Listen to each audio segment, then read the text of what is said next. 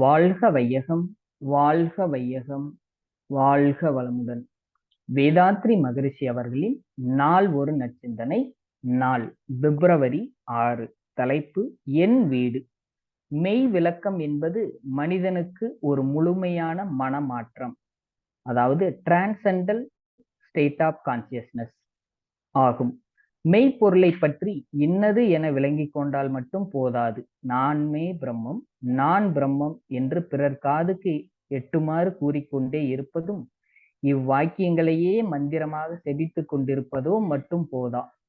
அந்த விளக்கத்தில் தோய்வு பெற்று வாழ்வில் அறநெறியில் ஒழுகி மெய்ப்பொருளே தானாக இருக்கும் பேரறிவில் நிலைத்து மனம் ஆற்றம் பெற்று நிற்க வேண்டும். உதாரணம், ஒரு பெண் திருமணமாகும் வரையில் தந்தையார் குடும்பத்தாலாகவே தன்னை கருதி கொண்டிருக்கிறாள். அவள் திருமணம் செய்து கொண்டு கணவன் வீடு சென்று அக்குடும்ப பொறுப்பில் தோய்ந்த பின் கணவன் குடும்பத்தாலாகவே அறிவிலும் பொறுப்பிலும் மாற்றம் அடைகிறாள். மாமியார் வீடு என முன்னர் அவள் கருதியது என் வீடு என்றாகியது. என் வீடு என முன்னர் இருந்தது தாயார் வீடு என்றாகிவிட்டது.